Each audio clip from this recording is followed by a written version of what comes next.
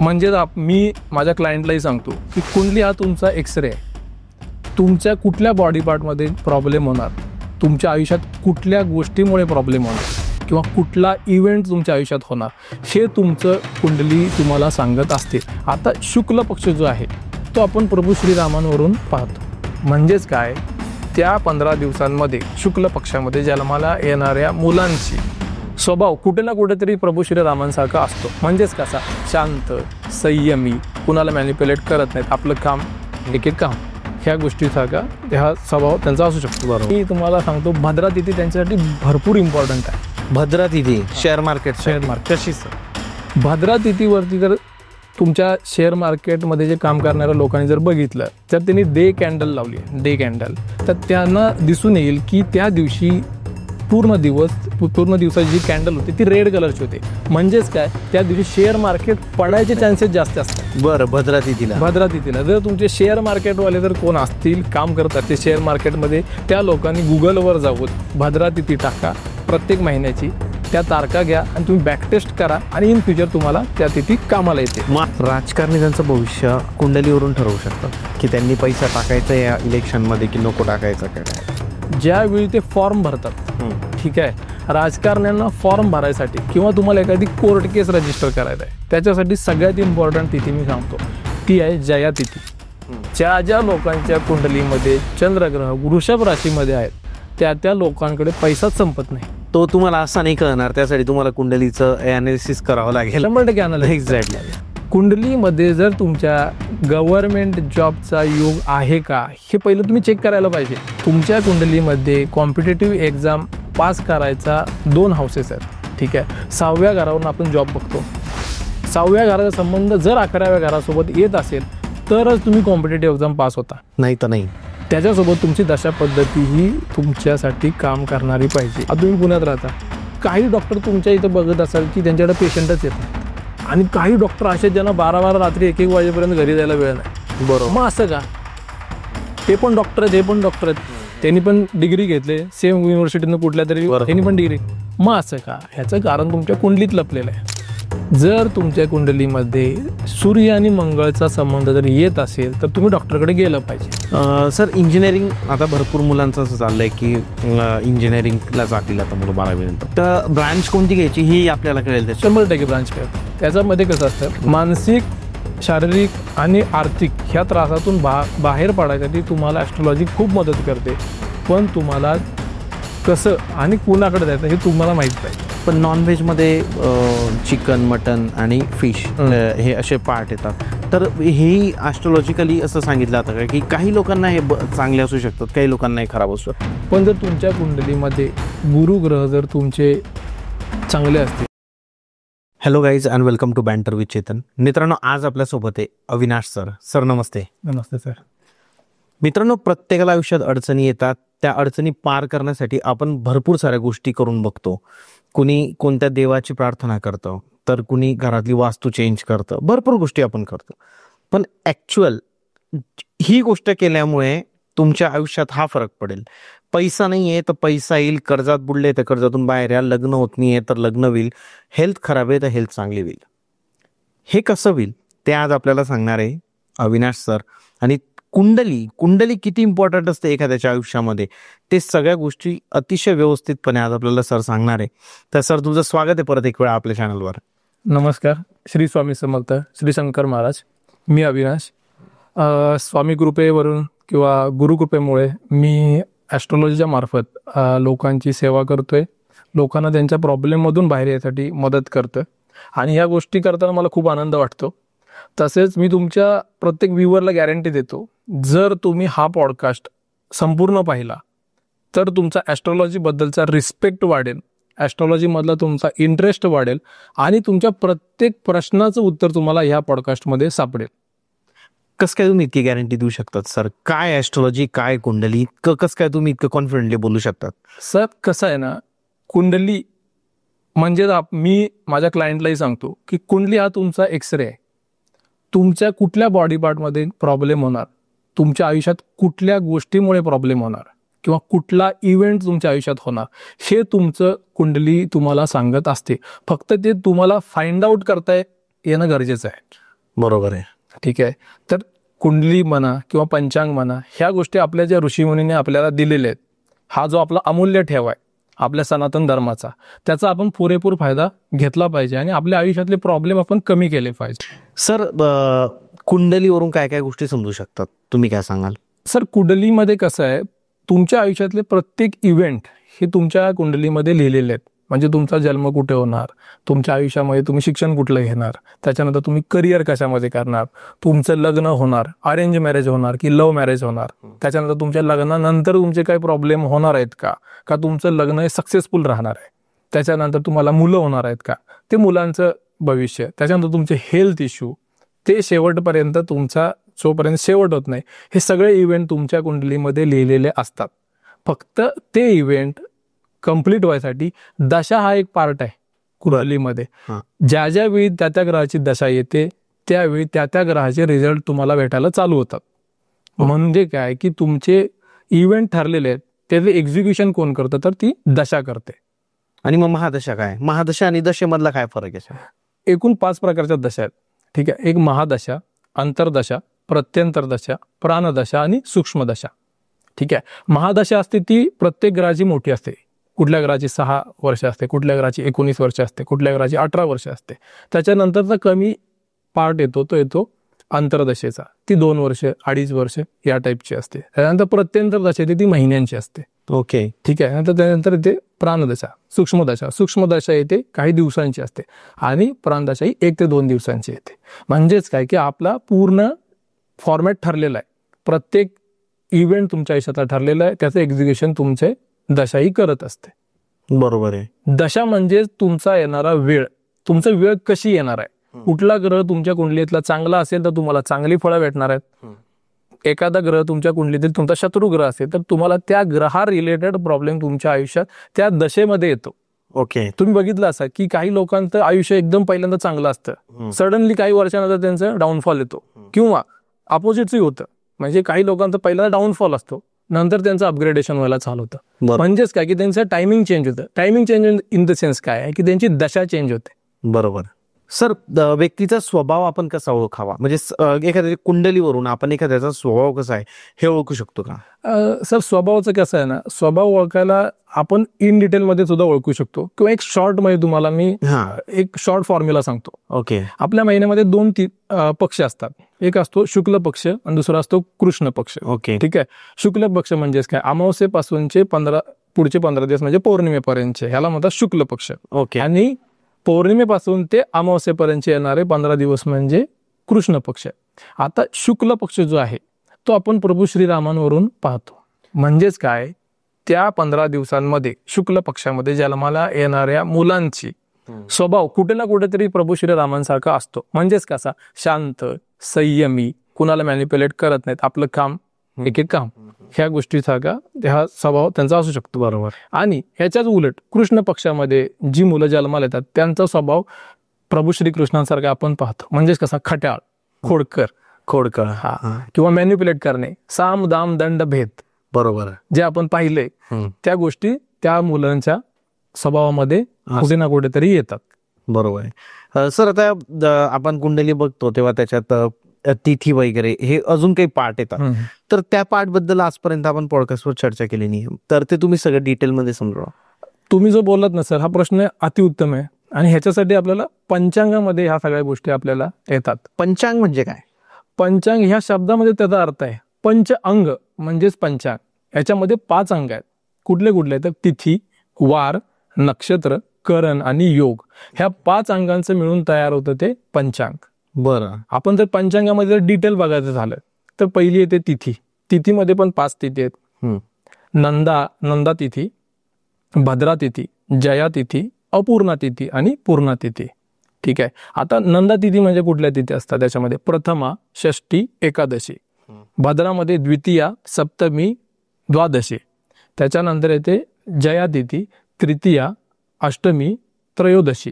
नंतर येते अपूर्णा तिथी, चतुर्थी, नवमी, चतुर्दशी आणि शेवट लास्ट येते ती पूर्णा तिथी. म्हणजेच काय, पंचमी, दशमी आणि अमावस्या किंवा पौर्णिमा. ओके. तर मग हे जे तुम्ही सांगितलं सर, मग याचा काय परिणाम होतो आयुष्यात? ह्याचा परिणाम सर आपल्या आयुष्यामध्ये भरपूर आहे. करून घेणारे जर ह्याचा पॉझिटिव्ह परिणाम जर तुम्हाला पाहिजे असेल तर तिथीचा चांगला वापर करणं गरजेचं आहे. म्हणजेच कसा, आता मी जी तुम्हाला तिथी सांगितली की भद्रा तिथी, जे लोक तुमचे सर लाखो फॉलोअर्स आहेत, तुमचे लाखो व्ह्युअर्स आहेत, बरोबर, त्याच्यामधले शेअर मार्केट मध्ये काम करणारे सुद्धा बरेच असतील, भरपूर इक्विटी म्हणा किंवा इंट्राडे म्हणा, त्यांच्यासाठी इम्पॉर्टंट मी तुम्हाला सांगतो भद्रा तिथी त्यांच्यासाठी भरपूर इम्पॉर्टंट आहे.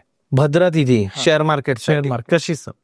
भद्रा तिथीवरती जर तुमच्या शेअर मार्केटमध्ये जे काम करणाऱ्या लोकांनी जर बघितलं, जर त्यांनी डे कॅन्डल लावली, डे कॅन्डल, तर त्यांना दिसून येईल की त्या दिवशी पूर्ण दिवसाची जी कॅन्डल होती ती रेड कलरची होती. म्हणजेच काय, त्या दिवशी शेअर मार्केट पडायचे चान्सेस जास्त असतात. बरं, भद्रा तिथीला जर तुमचे शेअर मार्केटवाले जर कोण असतील, काम करत असतील शेअर मार्केटमध्ये, त्या लोकांनी गुगलवर जाऊन भद्रा तिथी टाका प्रत्येक महिन्याची, त्या तारखा घ्या आणि तुम्ही बॅकटेस्ट करा आणि इन फ्युचर तुम्हाला त्या तिथी कामाला येते. मग आता फ्युचरमध्ये पण लोक असं करू शकतात सर? 100% करू शकतात. शेअर मार्केटचा गुणधर्मच तो आहे की डाऊनवर्ड जाणे. राजकारणी त्यांचं भविष्य कुंडलीवरून ठरवू शकतात का, की त्यांनी पैसा टाकायचा या इलेक्शन मध्ये की नको टाकायचा? काय पैसा टाकायचा आहे की नाही टाकायचा ते आपण पुढे पाहू. पण ज्यावेळी ते फॉर्म भरतात, ठीक आहे, राजकारण्यांना फॉर्म भरायसाठी किंवा तुम्हाला एखादी कोर्ट केस रजिस्टर करायचं आहे, त्याच्यासाठी सगळ्यात इम्पॉर्टंट तिथी मी सांगतो ती आहे जया तिथी. जया तिथीला आशीर्वादच असा आहे देवाचा की त्या तिथीवर जर तुम्ही काम चालू केलं, इलेक्शनमध्ये फॉर्म भरा किंवा तुम्ही कोर्ट केस रजिस्टर करा, तर तुम्हाला त्याच्यामध्ये जय, त्या तिथीचं नाव काय आहे, जया तिथी, जय, विजय मिळण्याचे चान्सेस वाढतात. अजून तुम्हाला सांगतो, अजून तिथीमध्ये आपण जर डीपमध्ये सांगायचं झालं तर तुम्ही बऱ्यापैकी लोक ऐकलं असाल की लोक म्हणतात की आम्हाला उपाय काय, आम्ही बरेच उपाय केले, आम्हाला ते काय उपाय लागू झाले, बरोबर, किंवा आम्ही एखादं नवीन काम चालू केलं, आमच्याच्यानं त्या गोष्टी पूर्णत्वाला गेल्या नाहीत. त्याचं कारण आहे त्या लोकांनी मोस्ट प्रोबेबली अपूर्ण तिथी, मगाशी मी ज्या सांगितल्या, चतुर्थी, नवमी आणि चतुर्दशीवरती काम चालू केलेलं असतं, नकळत त्यांची काय त्याच्यामध्ये चूक नाही, कळत नसतं. पण त्या तिथीचा गुणधर्मच असा आहे की त्या तिथीवर जर तुम्ही ते काम चालू केलं तर ते काम पूर्णत्वाला जात नाही. म्हणून तिथी ही सगळ्यात इम्पॉर्टंट आहे. नंदा तिथी आणि पूर्णा तिथी, ह्या दोन तिथीवर जर तुम्ही काम चालू केलं तर तुमचं काम पूर्णत्वाला जातं.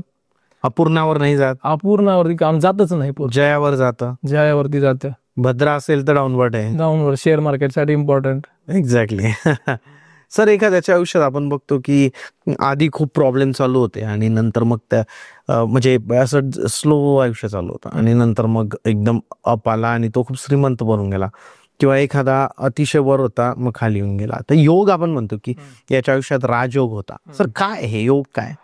आता पंचांगामधला तो 5वा प्रकार आहे योग. हा योग जो आहे ना, आपण जो योगायोग शब्द वापरतो, ठीक आहे, तो त्यातला शब्द हा पुराणातून आलाय योग. ओके, ठीक आहे. टोटल 27 योग आहेत. त्यातले मी तुम्हाला 3 चांगले सांगतो जे सगळ्यांच्या कामाला येतील, उपयोगाला येतील. त्यामध्ये आहे वरियन योग. वरियन योग, त्या योगाला आशीर्वादच असा आहे की त्या दिवशी जर तुम्ही काम चालू केलं तर तुम्हाला सुपर सक्सेस भेटतं. सक्सेस नाही, सुपर सक्सेस भेटतं. वरियन योग. ओके. त्याच्यानंतर परिगा योग एक योग आहे, त्याच्यावरती जर तुम्ही कोर्ट केस रजिस्टर केली तर तुम्ही जिंकायचे चान्सेस अजून वाढतात. आणि तिसरा आहे प्रीती योग. आजकाल सर तुम्हाला पण माहिती आहे की नवरा बायकोंचे वाद होतात, कोण बोलत नाही, गर्लफ्रेंड बायकोंचे वाद आहेत, सोडून जाणे. आपल्याला वाटतं बरंच की बाबा त्या माणसानं आपल्याला अप्रोच करावं किंवा आपल्याला फोन करावा किंवा आपल्याला बोलावं, असं समोरच्या माणसाला वाटत असते. तुम्ही जर प्रीती योगावरती समोरच्याला कॉन्टॅक्ट केलात, प्रीती योग ह्याचं नावच आहे प्रीती योग, त्या योगावर जर तुम्ही समोरच्याला कॉन्टॅक्ट केलात तर तुम्हाला फोन उचलणे आणि तुमच्याशी गोड बोलणे याचे चान्सेस, प्रोबॅबिलिटी जास्ती वाढते. ओके. मग सर, तो प्रीती योग कसा ओळखायचा आपल्या सबस्क्रायबरला ती योग जर बघायचा असेल तर पंचांगामध्ये दिलेलं असतं, ठीक आहे, किंवा तुम्ही सरळ गुगलवरती जरी सर्च केला तरी चालतंय की प्रीती योग कधी आहे. मग तो प्रत्येकाचा वेगळा असेल का की नाही? स्टँडर्ड तोच आहे. फक्त लोकांनी ओळखला पाहिजे की ह्या दिवशी तो योग आहे, त्या दिवशी आपल्याला समोरच्याला फोन करायचा आहे आणि आपलं म्हणणं मांडायचं आहे. बरोबर आहे. हे झालं योग, हा पार्ट झाला पंचांगामधला. आपले 2 पार्ट झाले, एक तिथी झाला, एक योग झाला. बरोबर. त्यानंतर येतो वार. वार तर तुम्हाला माहिती आहे 7 वार आहेत, रविवार, सोमवार, मंगळवार, बुधवार, गुरुवार, शुक्रवार आणि शनिवार. त्याच्यानंतर येतो सर नक्षत्र.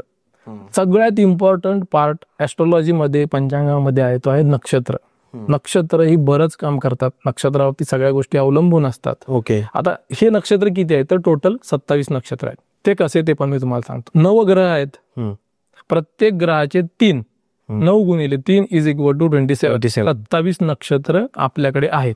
त्यातले 2 ग्रहांचे नक्षत्र आहेत जे आहे केतू आणि बुध. याला आपण गंडमूळ नक्षत्र म्हणतो. गंडमूळ नक्षत्र. ओके.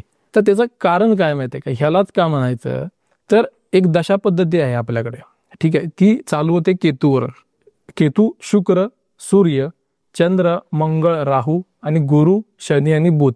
म्हणजेच काय, सुरुवात होते केतूपासून, शेवट होतं बुधावरती. म्हणजे हे दोन्ही काय झाले, लास्ट आले म्हणून गंडमूळ नक्षत्र. अरे ओके.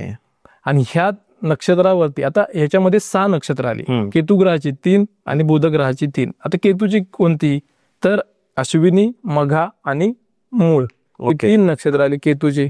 आणि बुध ग्रहाची 3 नक्षत्र आहेत, आश्लेषा, ज्येष्ठा आणि रेवती. या 6 नक्षत्रांवरती जी मुलं जन्माला येतात त्यांना आपण म्हणतो की गंडमूळ नक्षत्रावरती जन्माला आलेली मुलं. मग ते चांगलं असतं कसं, त्याला पंचांगामध्ये ॲस्ट्रॉलॉजीमध्ये एवढं काही खास महत्व नाहीये. त्याची शांती असते. ते प्रत्येकाने केली तर त्यांच्या आयुष्यामध्ये प्रॉब्लेम्स कमी होतात. त्याच्यानंतर त्याच्या पुढचा पार्ट आपण घेऊ, करण. आता करण म्हणजे काय, मगाशी जी तिथी सांगितली ना त्याच्यातली एक तिथी त्याचे 2 पार्ट करायचे. एक पहिला पूर्वार्ध आणि उत्तरार्ध. ओके. पूर्वार्धाला 1 करण, उत्तरार्धाला दुसरं करण. असे टोटल 11 करण आहेत. ओके. त्याच्यामध्ये बव, बालव, कौलव, तैतील, गर, नंतर वाणिज्य, विष्टी, नाग, चतुष्पाद, किस्कुंग, शकुनी, असे टोटल 11 करण आहेत. बरोबर. ठीक आहे. आता हे झालं आपलं पंचांग, म्हणजे तिथी, वार, नक्षत्र, करण आणि योग. ह्या पंचांगाचा वापर आपल्याकडे मुहूर्त काढायला, आपल्याकडे तुमचं नवीन मुलं जन्माला येतं त्याचं नाव कशावर, कुठल्या अक्षरावरून ठेवायचं आहे, त्याच्यावरती तुम्हाला नवीन कुठली गोष्ट करायची ती, ह्या सगळ्या बेसिक गोष्टी ज्या आहेत त्या आपण पंचांगावरून पाहतो. सर, एखाद्याच्या आयुष्यात पैसा आहे का नाही हे नक्षत्रांवरून कळू शकतं का आपल्याला? नक्षत्रांवरून कळतं, पण त्याच्यासाठी आपल्याला कुंडलीमधलं दुसरं घर जे 12 घर असतात त्याच्यामधलं दुसरं घर आपल्यासाठी पैशासाठी इम्पॉर्टंट आहे. ओके. ठीक आहे. आता तिथे कुठली राशी बसले किंवा तिथं कोणता ग्रह बसलाय त्याचं आपल्याला नक्षत्र बघायचं. ते जर मित्राचं नक्षत्र असेल तर 100% तुम्हाला पैसे जास्त येणारच आहे. आणि जर शत्रूचं नक्षत्र असेल तर तुमचे पैसे काय येणार नाही. प्लस दुसऱ्या घराचा संबंध कोणत्या घराबरोबर येतोय, म्हणजे सेकंड हाऊसचा संबंध कुठल्या घरासोबत येते, कुठल्या हाऊस सोबत येते, ते सुद्धा इम्पॉर्टंट आहे. त्याचा फॉर एक्झाम्पल जर सेकंड हाऊसचा संबंध 12व्या घराशी जर येत असेल तर तुम्ही पैसे खर्चच होणार, तुमच्या हातात पैसे जातच राहणार. आणि तुम्ही ते घालवले पण पाहिजेत. तुम्ही जर सेव्हिंग करतो म्हटलं तर तुमच्याकडे पैसे राहत नाहीत. तुम्ही कंटिन्यू जेवढं जाईल तेवढं येत राहील. इन्व्हेस्ट केले पाहिजे, कुठेतरी खर्च केले पाहिजे. म्हणजे कुंडलीवरून आपण सांगू शकतो की दुसऱ्या घराचा संबंध जर चांगल्या घरांसोबत असेल किंवा तिथं चांगला ग्रह बसला असेल किंवा राशी चांगली बसली असेल तर तुमच्याकडे पैसे यायचे चान्सेस जास्त आहे. प्लस याच्यामध्ये दुसरा एक विषय आहे की चंद्र ग्रहावरून आपण बघतो लिक्विड मनी. म्हणजेच काय की आपल्याकडे फ्लो पैशांचा फ्लो तो फक्त आपण चंद्रग्रहावरून बघतो. चंद्रग्रह जर तुमच्या कुंडलीमध्ये चांगले आहेत, वृषभ राशीत असतील तर अतिउत्तम. ज्या लोकांच्या कुंडलीमध्ये चंद्रग्रह वृषभ राशीमध्ये आहेत त्या लोकांकडे पैसाच संपत नाही. तो तुम्हाला असा नाही कळणार, त्यासाठी तुम्हाला कुंडलीचं अनालिसिस करावं लागेल. 100% अनालिसिस. एक्झॅक्टली. सर, ग्रहांचे पदार्थ असा एक टर्म आहे, मी जरा रिसर्च करत होतो, मला कळालं. तर त्याबद्दल काय सांगाल सर? प्रत्येक ग्रहाला ना सर रिप्रेझेंट करणारे काहीतरी पदार्थ आहेत. ज्यावेळी आपण उपाय देतो, ठीक आहे, तर त्यावेळी आपण प्रत्येक ग्रहाचे रिप्रेझेंट असलेले पदार्थ आपण त्या ग्रहाच्या रिलेटेड आपण उपायांसाठी देत असतो. ओके. ठीक आहे. तर आपण फॉर एक्झाम्पल आपण जर सूर्यग्रहावरून जर पाहिलं तर सूर्यग्रहावरून आपण गहू, मक्का आणि बाजरी हे पदार्थ आपण सूर्यग्रहावरून घेतो. ओके. ठीक आहे. नाहीतर सूर्य नीच हा एक प्रकार तुम्ही शब्द 100% ऐकला की सूर्य नीच किंवा एखादा ग्रह नीच आहे. सूर्य नीच ह्याचा पदार्थ आहे सफेद मीठ, जे आपण घरी वापरतो जेवणामध्ये, त्याला सफेद मीठ. त्याच्यानंतर बॉडी पार्ट सुद्धा येतात आपल्या ॲस्ट्रॉलॉजीमध्ये. सूर्यग्रहावरून जर तुम्हाला बॉडी पार्ट सांगायचं झालं तर हृदय, रिंग फिंगर आणि तुमचं कपाळ, हे 3 बॉडी पार्ट येतात सूर्यग्रहावर. आता तुमच्या व्ह्युअर्सला एक मी महा उपाय देतो. ज्या लोकांना हृदया रिलेटेड प्रॉब्लेम आहे, ठीक आहे, त्या लोकांनी शनिवारी 1 किलो मीठ घरी घेऊन येणे आणि तोच मिठाचा पुडा दुसऱ्या दिवशी शेजारी असलेल्या मंदिरामध्ये, घराजवळच्या मंदिरामध्ये नेऊन ठेवणे, किंवा वाहतं पाणी असेल तर वाहत्या पाण्यामध्ये तो 1 किलो मीठ वाहायचा आहे, प्लास्टिकची पिशवी पाण्यामध्ये टाकायची नाहीये. तुम्ही फक्त हे 2 आठवडे करून बघा, तुम्हाला किती तुमच्या हृदयाच्या प्रॉब्लेममधून बाहेर पडते. हो. आता सर तुम्ही स्टार्टिंगला मला राजकारणाबद्दल विचारलं. हो सर, बरोबर. तर राजकारणासाठी सगळ्यात इम्पॉर्टंट ग्रह कोणता असेल, तो आहे सूर्यग्रह. सूर्यग्रहावरूनच आपण राजकारण पाहतो. सर, पण लोक बोलतात की राहू असेल तरच राजकारण होतं, काय मग हे असं? राहू ग्रहाला इम्पॉर्टन्स आहे राजकारणामध्ये, पण त्याचे ऑर्डर जर आपण बघितली तर स्टार्टिंगला येते सूर्यग्रह, त्याच्यानंतर येतो मंगळ ग्रह आणि त्याच्यानंतर येतो राहू ग्रह. ओके, म्हणजे सूर्याला सगळ्यात जास्त इम्पॉर्टन्स. सूर्याला सगळ्यात जास्त इम्पॉर्टन्स आहे. ओके. ज्या लोकांच्या कुंडलीमध्ये 11व्या घरात किंवा 11व्या राशीमध्ये सूर्यग्रह जर असतील तर त्यांना राजकारणात यश भेटतं. तुम्हाला उदाहरण देतो मी. आता करंट राजकारणामध्ये जे लोक टॉपला आहेत, जसे की आपले पंतप्रधान नरेंद्र मोदी, त्यांच्या 11व्या घरामध्ये सूर्यग्रह आहेत. 11व्या घरामध्ये सूर्य आहे म्हणून त्या टॉपला गेले. येस, कारण 11व्या घरामध्ये जोपर्यंत सूर्यग्रह जात नाहीत तोपर्यंत तुमच्या राजकारणामध्ये तुम्हाला प्रॉब्लेम येतात. ओके. आणि 11व्या घरात किंवा 11व्या राशीमध्ये सूर्यग्रह असतील तर तुमचे राजकारणात यश मिळवायचे, मंत्रीपदापर्यंत जायचे योग क्रिएट आपल्या कुंडलीमध्ये आहेत, ते तुम्ही ओळखले पाहिजे. ओके. आणि त्याच्यावरती काम केलं पाहिजे. कारण आपल्याकडे येत्या 4 महिन्यामध्ये कॉर्पोरेशनच्या इलेक्शन्स, महानगरपालिकेचे इलेक्शन, बरोबर. जे लोक ऑलरेडी राजकारणात आहेत किंवा जे नवीन लोक राजकारणात येऊ इच्छितात त्यांच्यासाठी गोल्डन पिरियड हे 4-5 महिने आहेत. त्या लोकांनी जर सूर्यग्रहावरती त्यांच्या जर काम केलं, त्यांच्या कुंडलीतील काय कंडिशन आहे बघून, तर त्यांना राजकारणामध्ये यश भेटायला सोपं जाईल. बरं, ठीक आहे. आता एवढंच कुंडली सांगत नाही सर, राजकारणच फक्त सांगते का, तर नाही. तुम्हाला तिकीट मिळणार का, तुमच्या सभेला गर्दी होणार का, त्याचं कन्व्हर्जन तुमच्या वोटिंगमध्ये होणार का, आणि अल्टिमेट रिझल्ट तुमचा विजय होणार की नाही हे सुद्धा तुमची कुंडली सांगते. कुंडली सांगू शकते, 100% सांगते. त्या पिरियडला काय वर्क होणार आहे ते 100% सांगू शकते. हे 3 ग्रह तुमचे चांगल्या पोझिशनला आहेत, सूर्य, मंगळ आणि राहू, तर तुम्हाला राजकारणातल्या यशापासून कोणीही रोखू शकत नाही. त्याचं कारण सांगतो मी तुम्हाला. सूर्यग्रह म्हणजे आपण राजा मानतो, बरोबर, ठीक आहे. पॉलिटिक्स म्हणजे एक प्रकारचा राजेशाही, ठीक आहे. मंगळ म्हणजे डिसिप्लिन आणि राहू म्हणजे मल्टिप्लिकेशन, बरोबर. कोणत्याही गोष्टीचं मल्टिप्लिकेशन जर कुठला ग्रह नवग्रहामध्ये करत असतात ते फक्त आणि फक्त राहू ग्रह आहेत. ते पॉझिटिव्ह वे मध्ये करायचं की निगेटिव्ह वे मध्ये करायचं तुमची कर्म ठरवतात, बरोबर. तुम्ही जर चांगल्या वे मध्ये जर तुम्ही काम करत असाल तर तुमचं यश हे मल्टिप्लाय करतात राहू ग्रह. त्याच्यासाठी कुंडलीतील राहू ग्रह सुद्धा इम्पॉर्टंट आहे. तर मग आता ज्या लोकांना निवडणुका लढायच्या आहे तर त्यांनी त्यांचे ते 3 ग्रह जे तुम्ही सांगितले की मंगळ, राहू आणि सूर्य हे बघणं गरजेचं आहे. 100% गरजेचं आहे. त्याच्यावरती त्यांच्या कुंडलीप्रमाणे काय योग आहेत त्याप्रमाणे त्यांचे जर उपाय केले आणि जर त्यांच्या दशा पद्धतीने जर त्यांना सपोर्ट केला, ठीक आहे, मी काय म्हणतो, दशा पद्धतीने जर सपोर्ट केला इलेक्शनच्या दिवसापर्यंत, तर 100% नगरसेवक, भावी नगरसेवक हे व्हिडिओ बघत असतील.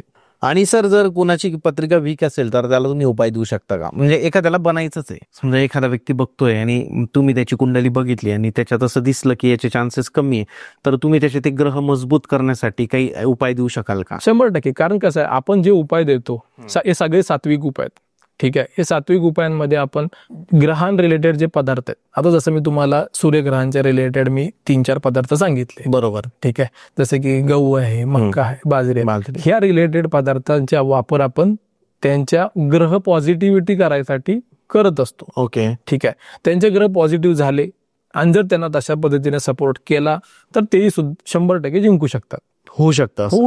असं झालंय सर आधी की कमी वीक असणारे कुंडल्या किंवा म्हणजे एखाद्या मोठ्या राजकारण्यांच्या कुंडल्या तुम्ही बघितल्या, तुम्हाला जाणवलं की अरे स्ट्रॉंग आहे म्हणून जिंकतोच आहे, किंवा ही वीक आहे तरी पण काही केलं असेल म्हणून जिंकला? याच्यामध्ये काय होतं सर, स्ट्रॉंग जर असेल पत्रिका तर त्याला जिंकायचे काय म्हणतो आपण, त्याला जास्त परिश्रम घ्यावे लागत नाहीत. आणि ज्याची जर वीक आहे तर त्याला जास्त काम करावं लागणार त्याच्या कुंडलीवरती आणि त्याच्या सोशल सर्कलवरती. कारण सूर्यग्रहाला आपण इम्पॉर्टन्स का देतो, सूर्यग्रहावरून आपण सोशल सर्कल बघतो. जेवढे लोक तुम्हाला ओळखतात त्यातलेच काहीतरी लोक तुम्हाला वोटिंग करणार, त्याच्यामुळे तुम्ही निवड जिंकून येतो. म्हणूनच आपल्या कुंडलीमध्ये सूर्यग्रहाला जास्त इम्पॉर्टन्स आहे. सर सूर्यग्रहालाच इतकं जास्त इम्पॉर्टन्स का दिलं जातं? कारण कसं आहे सर, सूर्यग्रहाला आपण राजा मानतो. ठीक आहे, तुमच्या व्ह्यूअर्सला मी सांगू इच्छितो, त्यांनी प्रत्येकाने आपली कुंडली किंवा घरच्यांच्या कुंडल्या ओपन करून बघाव्या. सूर्यग्रह जिथे बसले त्याच्यासोबत कुठला तरी ग्रह असेल किंवा त्याच्या पुढच्या किंवा मागच्या घरामध्ये ग्रह हे असतातच. म्हणजे असं कुठल्याच कुंडलीत नाहीये की जिथे सूर्यग्रह एकटेच बसलेत. कारण सूर्य हे राजा आहेत, राजा कधीच एकटा फिरत नाही. बरोबर आहे. राजासोबत शिपाई, सेनापती किंवा गुरु हे कोण ना कोणतरी असतं, सोबत असतं, 100% असतं. बरोबर आहे. सर कुंडलीवरून मी कोणतं प्रोफेशन मध्ये आहे किंवा कोणतं प्रोफेशन माझ्यासाठी बरोबर आहे हे तुम्ही सांगू शकतात का, आणि ते कसं ठरवावं? प्रोफेशनसाठी कसं आहे ना सर, तुमच्या कुंडलीतील कोणता ग्रह तुमच्या मित्र आहे किंवा तुमच्या कुंडलीतील कोणता ग्रह उच्च आहे हे आपण बघायला लागतं आणि त्याच्यानंतर आपण प्रोफेशन सजेस्ट करतो. फॉर एक्झाम्पल, जर सूर्यग्रह जर तुमच्या कुंडलीत पॉझिटिव्ह आहे किंवा तुमचा मित्र आहे, अतिमित्रामध्ये असेल, तर तुम्हाला गव्हर्नमेंट जॉबचे चान्सेस जास्त आहेत. ठीक आहे, आपण लकीली हा पॉडकास्ट पुण्यातच शूट करतोय. तुम्हाला माहिती आहे सर किती लाख मुलं पुण्यामध्ये गव्हर्नमेंट जॉबचा प्रिपरेशन करतात. तुम्ही एक ऑब्झर्वेशन केलंय का सर, एमपीएससीचा किंवा युपीएससीचा ज्या दिवशी रिझल्ट लागतो, ठीक आहे, त्या दिवशी एक हेडलाईन येते, XYZ मुलांनी किंवा XYZ मुलीने फर्स्ट अटेम्प्ट मध्ये IPS झाले, IAS झाले, डेप्युटी कलेक्टर झाले किंवा तहसीलदार झाले. मग असं का? काही मुलं पहिल्या अटेम्प्ट मध्ये पास होत आहेत आणि काय 15 वर्षापासून प्रिपरेशन नाही होते. ह्याचं कारण काय माहितीये का? ह्याचं रहस्य दडलंय त्यांच्या कुंडलीमध्ये. कुंडलीमध्ये जर तुमच्या गव्हर्नमेंट जॉबचा योग आहे का हे पहिलं तुम्ही चेक करायला पाहिजे. तुमच्या कुंडलीमध्ये कॉम्पिटेटिव्ह एक्झाम पास करायचा 2 हाऊसेस आहेत. ठीक आहे, 6व्या घरावरून आपण जॉब बघतो. 6व्या घराचा संबंध जर 11व्या घरासोबत येत असेल तरच तुम्ही कॉम्पिटेटिव्ह एक्झाम पास होता, नाही तर नाही. त्याच्यासोबत तुमची दशा पद्धती ही तुमच्यासाठी काम करणारी पाहिजे. नसेल होत तर आपण काहीतरी प्रयत्न करू शकतो, पॉसिबिलिटी तिथे सुद्धा आहे. पण 6व्या घराचा संबंध जोपर्यंत तुमच्या 11व्या घरासोबत येत नाही तोपर्यंत तुमच्या कॉम्पिटेटिव्ह एक्झाम पास व्हायचे चान्सेस खूप कमी आहेत. सर असंच मग शेअर मार्केटचं पण आहे का, की एखाद्या व्यक्तीच्या कुंडलीमध्ये जर हा ग्रह आहे किंवा हा नाहीये तर त्याने शेअर मार्केट करावं किंवा नको करावं, असं त्याच्यातही का? आता याच्यामध्ये सर शेअर मार्केट हे आपण बघतो 5th हाऊस, 5व्या घरावरून बघतो. बरोबर, 5व्या घराचा मालक आहे सूर्यग्रह. बरोबर, म्हणजे परत तुमच्या कुंडलीतील सूर्यग्रहाला इम्पॉर्टन्स इथे पण आला. बरोबर आहे. जोपर्यंत तुमच्या कुंडलीतील 5वं घर चांगलं नाही किंवा तुमचे सूर्यग्रह जर चांगले नसेल तर तुम्ही शेअर मार्केटकडे जाऊ नका. आणि जर 5वं घर चांगलं आहे, सूर्यग्रह तुमच्या सपोर्टिव्ह असतील तर 100% तुम्ही शेअर मार्केटमध्ये यश मिळवणार, पैसे कमवणार, प्रॉपर्टी बनवणार. बरोबर. सर प्रोफेशन बद्दल अजून सांगायचं आलं, जसं इंजिनियर, डॉक्टर, IT वाले, तर काय सांगणार अजून? आता याच्यामध्ये कसं आहे ना सर, आता डॉक्टरचा जर विषय घेतला तर बऱ्यापैकी 10वी झाल्यानंतर आई वडील आपल्या मुलांना नीटच्या परीक्षेसाठी लातूरपर्यंत नेऊन ठेवतात. बरोबर बरोबर. 2-2, 3-3 वर्ष मुलं त्याचे प्रिपरेशनच करतात. पण त्या आई वडिलांनी त्या मुलांची कुंडली आधी बघितली पाहिजे. त्याचं कारण सांगतो तुम्हाला. आता तुम्ही पुण्यात राहता, काही डॉक्टर तुमच्या इथं बघत असाल की त्यांच्याकडे पेशंटच येत नाहीत, आणि काही डॉक्टर असे ज्यांना 12 रात्री 1-1 वाजेपर्यंत घरी जायला वेळ नाही. बरोबर. मग असं का? ते पण डॉक्टर आहेत, हे पण डॉक्टर आहेत, त्यांनी पण डिग्री घेतले सेम युनिव्हर्सिटीनं कुठल्या तरी, त्यांनी पण डिग्री. मग असं का? ह्याचं कारण तुमच्या कुंडलीत लपलेलं आहे. जर तुमच्या कुंडलीमध्ये सूर्य आणि मंगळचा संबंध जर येत असेल तर तुम्ही डॉक्टरकडे गेलं पाहिजे. सूर्य आणि मंगळचा संबंध, सूर्य आणि मंगळची युती किंवा सूर्य आणि मंगळचा संबंध जर तुमच्या कुंडलीमध्ये येत असेल तर तुम्ही डॉक्टर व्हायला पाहिजे. पण कुठला डॉक्टर व्हायला पाहिजे ह्याचा पण आपल्याला अभ्यास पाहिजे ना. आता तुमच्या कुंडलीत योग आहे, तुम्ही हाडांचा डॉक्टर व्हायचा आणि तुम्ही बनताय हृदयाचा डॉक्टर, तसं नाही चालणार ना.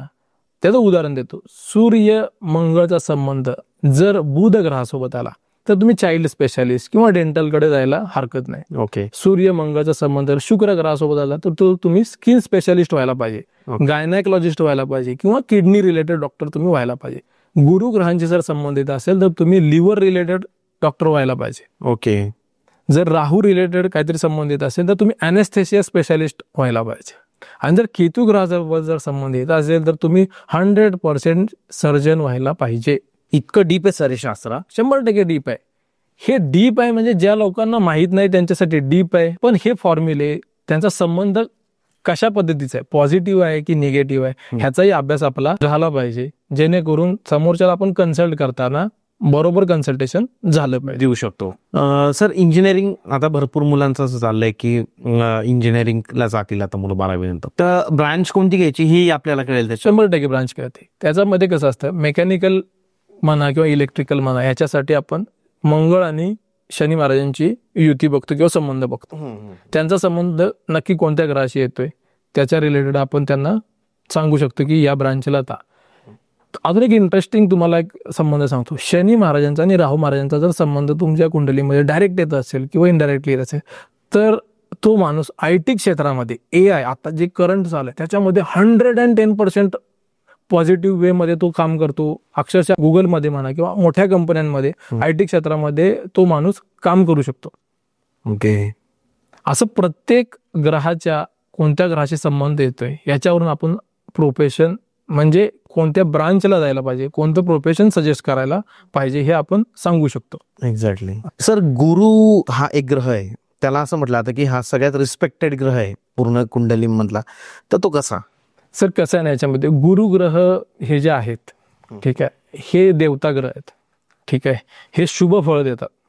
आता आपल्या कुंडलीमध्ये टोटल ग्रह असतात 12. ओके. ठीक आहे. समजा गुरुग्रह मेष लग्नाची पत्रिका आहे, गुरुग्रह बसलेत पहिल्या घरात, ठीक आहे. गुरुग्रह जिथे बसतात ते घर झालं पॉझिटिव्ह, कारण देवता ग्रह शुभ ग्रह आहेत. त्यांच्या 2 राशी आहेत, एक धनुरास आहे, एक मीन रास आहे.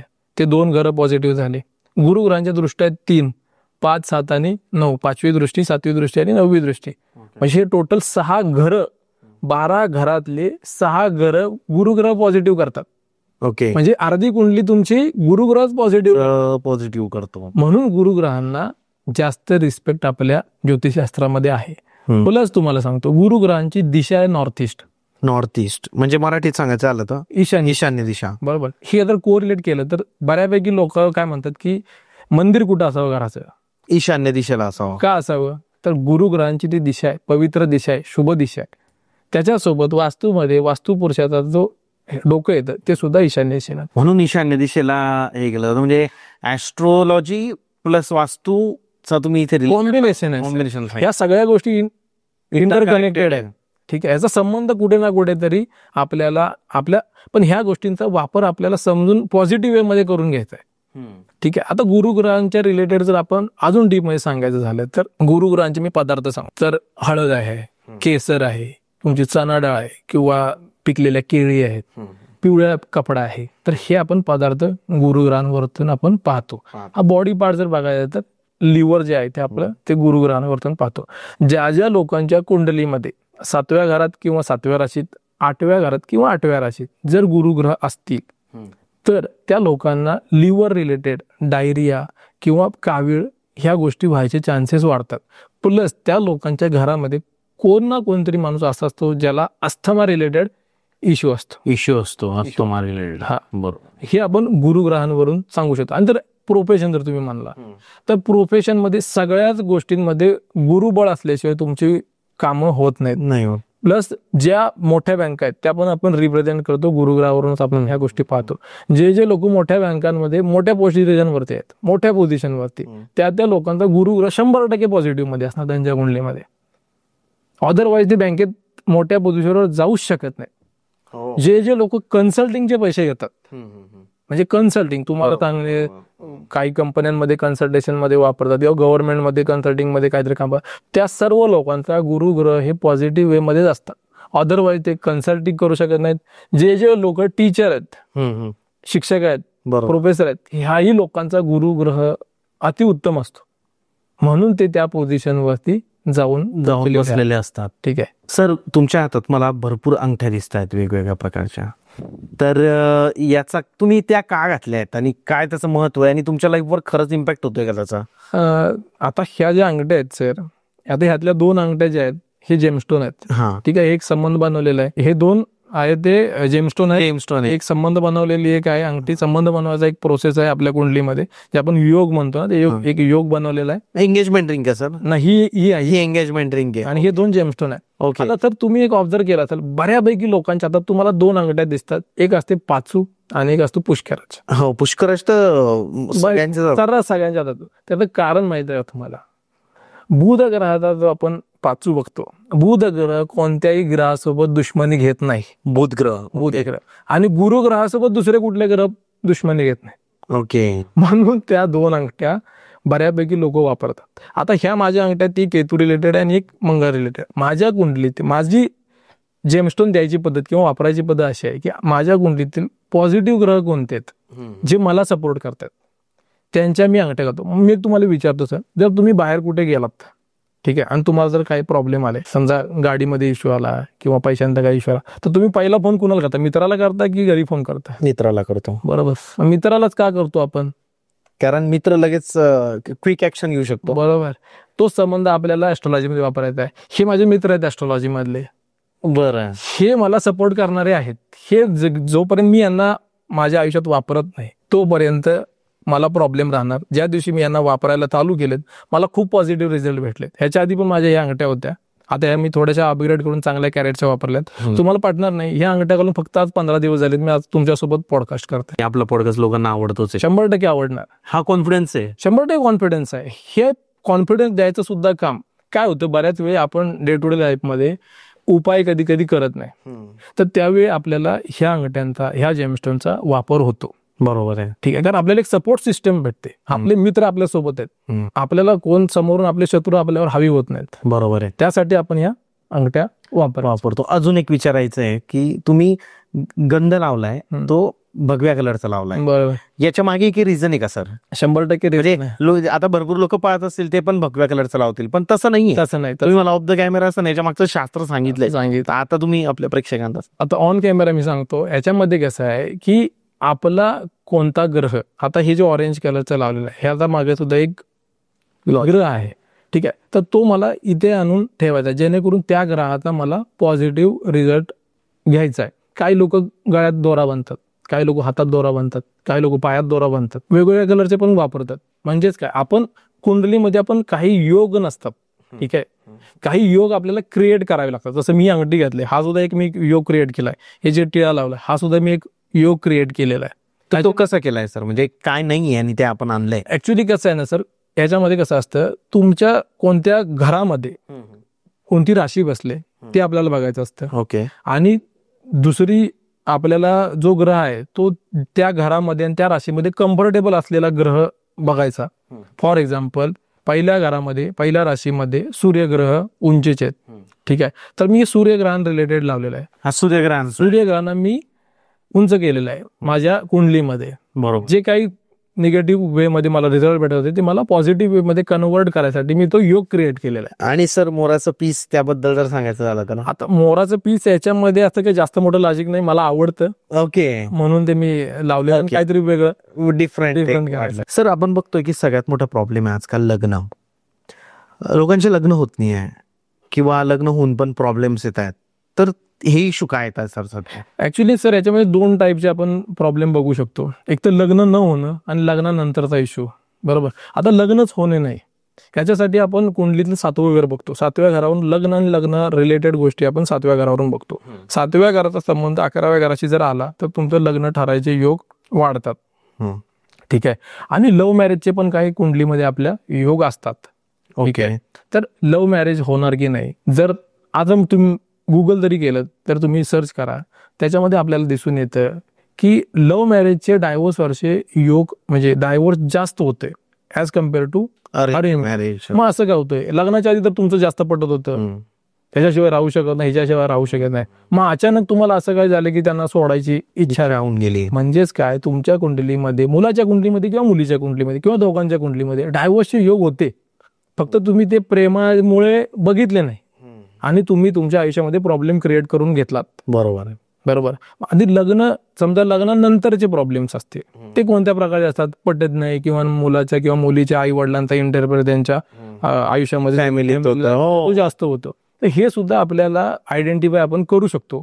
आणि जर समजा एखाद्याचं लग्न झालं असेल मग आपण त्याला उपाय देतो, त्याची इंटेन्सिटी आपण कमी करतो. काही थोड्या दिवसानंतर ते इश्यू त्यांचे नलिफाय होऊन टोटली क्लोज होऊन जातात. बिफोर मॅरेज सुद्धा आपण ह्या गोष्टी करतो. काही लोकांचे लग्न जमत नाही, काही लोकांचं सातवं वगैरे ऍक्टिव्ह होत नाही, तर सातवं वगैरे आपण ऍक्टिव्ह करतो. सातवं वगैरे ऍक्टिव्ह करायला आपण काही बॉडी पार्टवरती डायरेक्ट निशाण करायला सांगतो, किंवा वास्तूमध्ये काही गोष्टी तुम्हाला चेंजेस करायला, चेंजेस इन द सेन्स काही वस्तू आपण तिथे ठेवायला सांगतो, जेणेकरून तुमची ती दिशा जर ऍक्टिव्ह झाली तर तुमचं सातवं वगैरे ऍक्टिव्ह होतं. 11व्या घरासोबत सुद्धा आपण त्याच वे मध्ये काम करतो आणि तुमचे लग्न व्हायचे योग वाढवतो. आणि जर प्रॉब्लेम्स असतील तर ते प्रॉब्लेम्स कमी करायचा ट्राय करतो. सर, मुलाबाळांबद्दल काय सांगाल? आजकाल आपण पाहतो की संतती इश्यू वाढत चाललाय, की मुलं बाळ होत नाही, तर ते का असं? ऍक्च्युली सर, मुलं ह्याच्यासाठी ना सगळ्यात इम्पॉर्टंट ग्रह महिलांमध्ये आणि पुरुषांमध्ये आहे शुक्र ग्रह. शुक्र, ठीक आहे.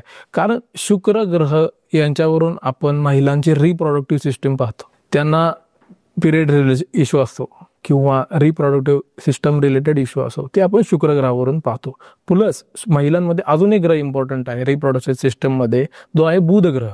बुध ग्रहाचं कसं असतं, ते महिलांमध्ये एग्स जे अंडे असतात त्याच्या रिलेटेड आपण बुध ग्रह बघतो. ज्या महिलांचे एग्स मध्ये इश्यू आहेत त्यांनी समजून जायचं की त्यांच्या बुध ग्रहाच्या मध्ये काहीतरी इश्यू आहे, 100% इश्यू आहे. ओके. ज्याला पिरियड रिलेटेड इश्यू आहे त्यांनी समजून जायचं की शुक्र ग्रहाच्या रिलेटेड इश्यू आहे. महिलांमध्ये अजून एक थोडीशी हाईप असते यंग मुलींमध्ये म्हणा, की पिंपल्स येणे, रँड्रफ होणे, हजारो लाखो रुपये त्याच्यावरती खर्च करतो. त्यांनी एक समजून जा, तुमच्या कुंडलीत शुक्र ग्रह कुठेतरी डिस्टर्ब आहेत. तुम्ही शुक्र ग्रहाचे सिंपल उपाय जर केले तर तुमचे पिंपल्स पण गायब होतील, तुमचा डॅन्ड्रफ पण गायब आहे, तुमचे पिरियड रिलेटेड इश्यू सुद्धा कमी होतील आणि तुमची प्रेग्नन्सी राहायला मदत होईल. प्लस पुरुषांमध्ये शुक्र ग्रह कसा इम्पॉर्टंट आहे, शुक्र ग्रहावरनं आपण स्पर्म जे पुरुषांमध्ये असतात ते शुक्र ग्रहांवरून आपण पाहतो. शुक्राणू मराठीमध्ये आपण शुक्राणू म्हणतो, बरोबर, म्हणजे शुक्र ग्रह. ठीक आहे.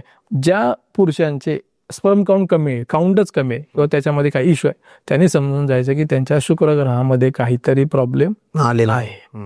प्लस आता ऍडव्हान्स टेक्नॉलॉजी आहे, लोक IVF चा वापर बऱ्यापैकी करतात.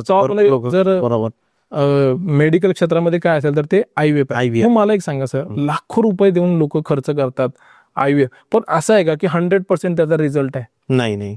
मग तसं काय होतं माहितीये का, परत दशा सिस्टम. तुमच्या IVF ला जर तुम्ही जाताय त्यावेळी, त्या महिन्यामध्ये, त्या दिवसामध्ये तुमचं 5वं घर, म्हणजे महिलांमध्ये 5वं घर हे फर्स्ट चाइल्ड साठी आपण बघतो. ओके, ठीक आहे. 5वं घर ऍक्टिव्ह आहे की नाही तुम्ही बघा आधी, आणि मग तुम्ही लाख रुपये खर्च करा, करण्याबद्दल काही प्रॉब्लेम नाही. पण तुम्ही तिकडे जायच्या अगोदर चांगल्या ज्योतिषाला तुमची पत्रिका दाखवा, दोघांचीही दाखवा, कशामध्ये प्रॉब्लेम आहे, काय प्रॉब्लेम आहे, 5वं घर ऍक्टिव्ह आहे का. 5वं घर ऍक्टिव्ह होत नसेल तर 5वं घर ऍक्टिव्ह करा. जर अपकमिंग 1-2 महिन्यामध्ये 5वं घर ऍक्टिव्ह होणार असेल नॅचरली, तर तुम्ही 1-2 महिने वाट बघा. म्हणजे घर ऍक्टिव्ह झाल्यावर ट्राय केला तर मग 100% राहतं. 100% रिप्रोडक्टिव्ह सिस्टम मध्ये डिस्टर्बन्स त्याच वेळी येतो ज्यावेळी शुक्र ग्रह खराब आहे किंवा तुमची दशा चालू नाहीये. मानसिक, शारीरिक आणि आर्थिक ह्या त्रासातून बाहेर पडायसाठी तुम्हाला ऍस्ट्रॉलॉजी खूप मदत करते, पण तुम्हाला कसं आणि कुणाकडे जायचं हे तुम्हाला माहित पाहिजे. पण मग सर, असंही आपण बघतो की मग आता जसं तुम्ही बोलले की हे रिंग्स तुम्ही घातले आहे, याला ज्याचे जेम्स आहे, आता प्रत्येक जण अफोर्ड नाही करू शकत, मग थोडं कमी खर्चात काही होऊ शकतं का लोकांना रेमेडीज? कमी खर्चामध्ये कसं आहे ना सर, मग आपण जसा क्लायंट येतो, जसा आपल्याला अंदाज येतो की बाबा याच्याकडे पैसे कमी आहेत, तर मग आपण काय समजा मी तुम्हाला सांगायचं झालं की तुमच्या गळ्याचं तुम्ही सोन्याची चेन घाला. जर समोरचा एखादा क्लायंट आला, म्हटलं नाही मला त्याच्यामध्ये, तर पिवळा दोरा बांधला. गुरुग्रहाला रिप्रेझेंट काय करतो? पिवळा दोरा. सोनं रिप्रेझेंट करते, पिवळा दोरा घाल, काय फरक पडतो त्याला? बरोबर आहे. ठीक आहे. तुम्हाला घर ऍक्टिव्ह करायचे असतील तर नॉर्मल उपाय असतात जे तुम्ही तुमच्या घरामध्ये सुद्धा करू शकता, किंवा तुम्हाला जर अफोर्डच होत नसेल तर ग्रहां रिलेटेड पदार्थ आम्ही वेगवेगळ्या ठिकाणी ठेवायला सांगतो. काही पक्ष्यांना खायला घालायला सांगतो, काही पाण्यात टाकायला सांगतो, काही माशांना खायला घालतो, काही कुत्र्याला खायला घालतो. ते जर तुम्ही बेसिक जरी उपाय केला तरी तुमची कुंडली बऱ्यापैकी स्ट्रॉंग बनवू शकते. 100% स्ट्रॉंग साईडला. आता असंही पाहतो आपण की एखादा व्यक्ती नॉनव्हेज खातो, एखादा व्यक्ती नॉनव्हेज नाही खात, एखादा व्यक्ती दारू पितो, एखादा व्यक्ती दारू नाही पित. कुंडलीचा या व्यक्तीने दारू प्यायला याला बरं असेल, किंवा सॉरी आपण नॉनव्हेज वर बोलू जास्त, दारू तर आपण प्रमोट नाही करू शकतो किंवा प्रमोट करायची पण नाही आपल्याला, पण नॉनव्हेज मध्ये चिकन, मटन आणि फिश हे असे पार्ट येतात, तर हेही ऍस्ट्रोलॉजिकली असं सांगितलं जातं का की काही लोकांना हे चांगले असू शकतात, काही लोकांना हे खराब असू शकतात? त्याच्यामध्ये आपण असं नाही सांगू शकत की नॉनव्हेज खा, हा हा तुमची इच्छा असेल तर खा. पण जर तुमच्या कुंडलीमध्ये गुरुग्रह जर तुमचे चांगले असतील किंवा गुरुग्रहांच्या रिलेटेड आपण पाहिलं तर तुम्ही खायचंय की नाही खायचंय, तुमचे राहू ग्रह काय कंडिशनमध्ये आहेत, तुमचे शनी ग्रह काय कंडिशनमध्ये आहेत, ह्या गोष्टी आपल्याला ध्यानात घ्याव्या लागतात. कारण तुमच्या ग्रहांची कंडिशन काय आहे त्याच्यावरती ठरतं. ते पर्सन टू पर्सन व्हॅरी होतं की तुम्हाला खायचं आहे, दुसऱ्याला खायचं नाही. प्रत्येकाची कुंडली वेगवेगळी आहे. तसं आपण डायरेक्ट सांगू शकत नाही की तुम्ही खायलाच पाहिजे किंवा तुम्ही नाही खाल्लं तरी चालतंय. मोस्ट ऑफ द टाइम आम्ही अवॉइड करायला सांगतो, कारण कुणाचा तरी जीव जातोय. मेन तर रिझन तेच आहे. पण तरी सुद्धा आपण जर ऍज पर कुंडली जर बघायचं गेलं तर आपण सांगू शकतो की तुम्ही नाही केलं तरी चालेल किंवा खाल्लं तरी चालेल, तो कॉल तुमचा आहे. बरोबर. खायचा आहे की नाही खायचं. सर आता प्रत्येक ऍस्ट्रॉलॉजरची, प्रत्येक ज्योतिषाची कुंडली बघण्याची एक पद्धत असते, बरोबर. तर तुमची कशी? सर याच्यामध्ये मी काय करतो, कोणतेही जातक माझ्याकडे आले तर मी त्यांना सांगतो की मिनिमम 2 सेटिंग आपल्याला करावे लागतील. कारण पहिल्या सेटिंगमध्ये आपण काय करतो, त्यांचे मेजर इश्यू आहेत, त्यांचे शत्रुग्रह आहेत किंवा त्यांचा करंटचा जो इश्यू आहे तो आपण त्यांचे उपाय देतो. त्याच्या आधी आपण त्यांच्या 3 कुंडल्या बघतो. एक तर लग्न कुंडली, दुसरी एक केपी कुंडली आणि सध्याचं गोचर कुंडली जे ट्रान्झिट म्हणतो आपण. ह्या 3 कुंडल्या आपण त्यांच्या पाहतो. त्याच्यानंतर त्यांना आपण त्याच्या रिलेटेड उपाय देतो. कमीत कमी 21 दिवस त्यांना आपण उपाय करायला सांगतो. त्याच्यानंतर दुसरं सेटिंग येतं. दुसऱ्या सेटिंगमध्ये आपण त्यांना त्यांचा फीडबॅक घेतो की बाबा कितीपर्यंत आपलं प्रॉब्लेम कमी झाले असेल तर मग आपण त्यांना लाईफ टाईमचे जे काही उपाय आहेत त्यांचे मित्रग्रहां रिलेटेड त्याच्यामध्ये आपण त्यांना जेमस्टोन पण सजेस्ट करतो की जेमस्टोन जर तुमची फायनान्शियल कंडिशन जर असेल तर तुम्ही जेमस्टोन सुद्धा यूज करू शकता. त्याच्यानंतर सगळ्यात इम्पॉर्टंट विषय म्हणजे त्यांना आपण त्यांचा अतिमित्र देवता, अतिमित्र पक्षी, अतिमित्र त्यांचे प्राणी ह्या गोष्टी देतो. त्यांची व्हिजन बोर्ड कुठे लावायचा आहे, त्यांनी मॅनिफेस्ट कुठे करायचं आहे ह्याची डायरेक्शन सांगतो. मॅनिफेस्टेशन पण शिकवतात सर तुम्ही? मॅनिफेस्टेशनची सर एक डायरेक्शन असते, प्रत्येक कुंडलीमध्ये आपण ती वेगळी असते. ओके. जनरली लोक काय सांगतात की वेस्ट डायरेक्शनला बसून तुम्ही मॅनिफेस्ट करा. ओके ठीक आहे, पण ती वेस्ट डायरेक्शन काय म्हणतात त्याचं कारण आहे की जर आपण कालपुरुष कुंडली बघितली तर 11व्या घरामध्ये 11वी राशी येते. 11वी राशी म्हणजे ती वेस्ट डायरेक्शन येतात. ओके ठीक आहे, म्हणून त्याला वेस्ट डायरेक्शनला बसून मॅनिफेस्टेशन करा असं म्हणतात. पण प्रत्येकानंच करावं का तर नाही. तुमच्या कुंडलीमध्ये तुमचा झोन वेगळा आहे, त्या झोनमध्ये तुम्ही तुमचा विजन बोर्ड लावायचा. तुम्हाला विदिन 1 इयर काय पाहिजे, तुमची आजची कंडिशन काय आहे, तुमची येणाऱ्या 1 वर्षामध्ये तुम्हाला काय पाहिजे. समजा तुम्ही 1 लाख रुपये कमवता तर तुम्ही येतात एंड इयर पर्यंत तुम्हाला समजा तुमच्या बँक खात्यामध्ये 50 लाख रुपये पर्यंत कमवू शकता. होऊ शकतं. कारण तुमचं मॅनिफेस्टेशन काय क्वालिटीचं आहे, त्याच्यामध्ये तुमचे एफर्ट्स किती आहेत आणि ती डायरेक्शन तुम्हाला सपोर्ट करते. डायरेक्शन मध्ये सर इथे इम्पॉर्टन्स आहे. प्रत्येकानं वेस्टला बसून जर केलं तर त्याचा काय मध्ये फायदा नाहीये. तुमच्या प्रत्येकाच्या कुंडलीनुसार मॅनिफेस्टेशनचा झोन वेगळा आहे. त्याच्यानंतर तुम्ही मनी झोन सांगतो आपण त्यांना, पैसे आणि पैसे रिलेटेड गोष्टी कुठे ठेवायच्या आहेत. म्हणजेच काय की तुमचे बँक पासबुक, तुमचे लिक्विड मनी जो काही कॅश असते कुठे ठेवायचे, एटीएम कुठे ठेवायचे, ह्याचा आपण एक झोन सांगतो. प्रत्येकाच्या कुंडलीनुसार तो सुद्धा वेगळा असतो. त्याच्यानंतर समजा तुम्हाला हेल्थ इश्यू आहे तर तुम्ही कुठल्या डायरेक्शन मध्ये बसून औषधं खाल्ली पाहिजेत, बरोबर, कोणत्या डायरेक्शन मध्ये तुमची औषधं घराच्या ठेवली पाहिजेत, हेही आपण तुम्हाला सजेस्ट करतो. ह्या सगळ्या गोष्टी आपण सेकंड सेटिंग मध्ये देतो. आणि आपल्याला कॉन्टॅक्ट करायच्या 2 पद्धती आहेत. एक तर ऑन कॉलवरती पण करतात लोक, आणि काही लोकांना आजकाल ना व्हिडिओ कॉल, व्हिडिओ कॉलवरती कन्सल्ट आपण करतो. ओके. सर आता तुम्ही स्वतः एक इंजिनियर आहे, बरोबर. तुम्ही ऍस्ट्रॉलॉजीकडे कसे आलात? तुम्ही स्वतः केमिकल इंजिनियर आहे, बरोबर? बरोबर. तुम्ही कसं वळलात इकडं ऍस्ट्रॉलॉजीकडे? आणि दुसरी गोष्ट की कोणते गुरु होते की ज्यांनी तुम्हाला इकडे खेचलं? माझं ऍस्ट्रॉलॉजीकडे यायचं कारण सांगतो की 2017-18 मध्ये मला हेल्थ इश्यू, खूप मोठा हेल्थ इश्यू होता. मला कावीळ झाली ती, जवळपास 5 महिने मी ऍडमिट होतो. माझी गॅरंटी डॉक्टरने दिली नव्हती की बाबा जगेल म्हणून. त्यातून मी बाहेर आलो. नंतर आयुष्यामध्ये करिअरमध्ये इश्यू आले, बाकीचे काही इव्हेंटमध्ये इश्यू आले, काही इव्हेंट घडले जेणेकरून मी ह्या क्षेत्राकडे थोडंसं जास्त झुकलो. आपण गुरुकृपाच म्हणू शकतो या गोष्टीला पॉझिटिव्ह वे मध्ये, की आपण आता स्वतःच तर मी माझ्या बऱ्यापैकी कुंडलीतले इश्यू सॉल्व्ह केलेत. आता माझे क्लायंट्सही कुंडलीतील इश्यू मी सॉल्व्ह करायला त्यांना मदत करतो. ठीक आहे. आणि जर गुरु म्हणाल तर माझे गुरु आहेत द ग्रेट ॲस्ट्रॉलॉजर, न्यूमरोलॉजिस्ट आणि vastu expert in the current world doctor Acharya Lavbhushanji, okay. त्यांच्याकडे मी शिकलेलो आहे आणि त्यांच्या आशीर्वादामुळे, स्वामी कृपेमुळे सध्या मी लोकांना कन्सल्ट करतो, लोकांना त्यांच्या प्रॉब्लेममधून बाहेर काढायला बाहेर काढण्याचा प्रयत्न करतात. अविनाश सर, तुमचं मनापासून धन्यवाद. खूप छान पद्धतीने तुम्ही माहिती दिली आणि लोकांना समजेल अशा भाषेत. कारण आपण ज्या गोष्टींवर आज चर्चा केली की तिथी, वार, करंट वगैरे, या सगळ्या गोष्टी खूप डिफिकल्ट आहे टू अंडरस्टँड, बट तुम्ही त्याला खूप इझी वेमध्ये लोकांपर्यंत समजावून दिलं. तुम्ही लोकांना समजवलं की कसं तुमचा पैसा इम्पॉर्टंट आहे या गोष्टींवर, तुमचं लग्न, तुमचं राजकारण इम्पॉर्टंट आहे. आता महानगरपालिकेच्या निवडणुका येत आहे, कोणी उभं राहायचं का नाही तेही ते तुम्ही सांगू शकतात त्यांना.